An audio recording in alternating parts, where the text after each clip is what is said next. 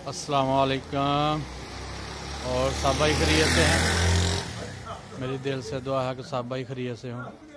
मोहम्मद फ़ारूक रियाज जी sir ऐसी माशाअल्लाह अज ज़रा ठंड घट है तो सवेरे सवेरे शौक कर लगे बकरियां का। तुहानू भी कराने अपन बकरियां का शौक तो आपे भी शौक करने।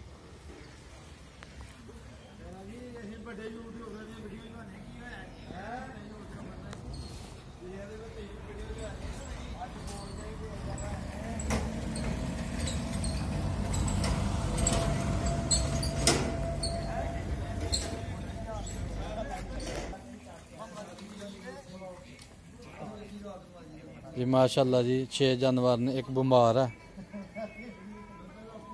काली लेली मेरी बीमार है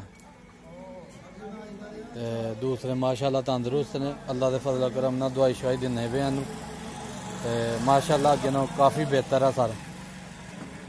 इंशाअल्लाह ठीक होएगी जी।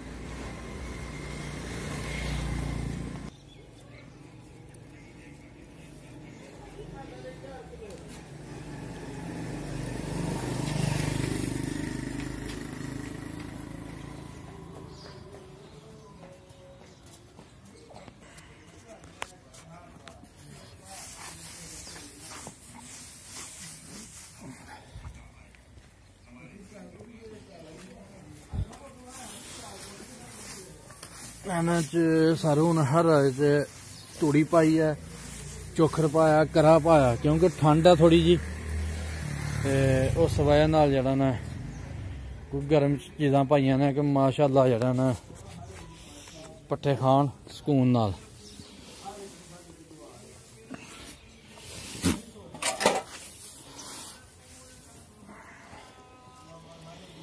माशाअल्लाह यार साढ़े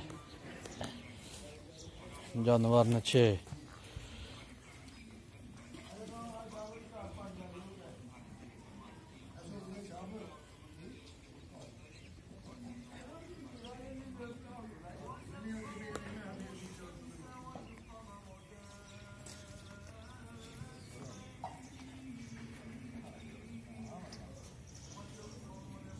अज ठंड घट है सर ते असीं सवेरे सवेरे कढ़ छड़ियां बकरियां।